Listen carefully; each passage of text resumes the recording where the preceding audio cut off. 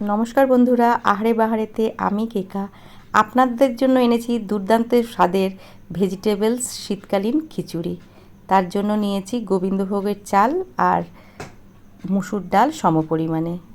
প্রথমে জলটাকে গরম করে নিয়ে তাতে চাল ডাল একসাথে দিয়ে সেদ্ধ করে নিয়েছি। এর ওপর দিয়ে সমস্ত শীতকালীন সবজি আমি একে একে দিয়েছি। প্রথমে দিয়েছি শিম, সরু সরু শিমগুলো দিয়েছি, আর ফুলকপি দিয়েছি, গোটা একটা ফুলকপি দিয়ে দিয়েছি, নতুন আলু আর কিছু মটরশুঁটি। সমস্ত সবজিকে এখানে আমি ভালো করে সেদ্ধ করে নেব। চালটা আর ডালটা অর্ধেক সেদ্ধ হয়ে গেছে। এখানে আপনি আপনার পছন্দ অনুযায়ী সবজি ব্যবহার করতে পারেন।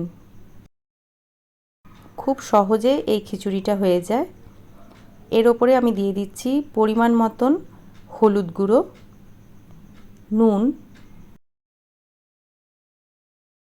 ভালো করে সবজি দিয়ে, নুন হলুদ দিয়ে আর কাটা টমেটো দিয়ে আমি চালটাকে ডালটাকে ভালো করে নেড়ে নিচ্ছি, যাতে তাপ লেগে সবগুলো সবজি ভালো মতন সেদ্ধ হয়ে যায়।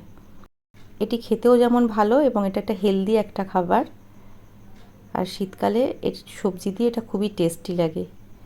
সেদ্ধ হয়ে গেছে সমস্ত সবজি। ওপরে আমি কিছু পালং শাক দিয়েছিলাম, কিন্তু এই সময় আমি একটু ভিডিওটা আমার সুইচ অফ হয়ে যাওয়াতে আমি এটা আপনাদের দেখাতে পারিনি, কিন্তু সবার শেষে আমি এখানে ওপরে পালং শাক দিয়েছিলাম। এবারে একটি পাত্রের মধ্যে আমি আদা কুচি আর লঙ্কা নিয়ে ভালো করে এটাকে মিক্সি করে নেব, যেটা কিনা ফোড়নে মশলা হিসাবে ব্যবহার করব।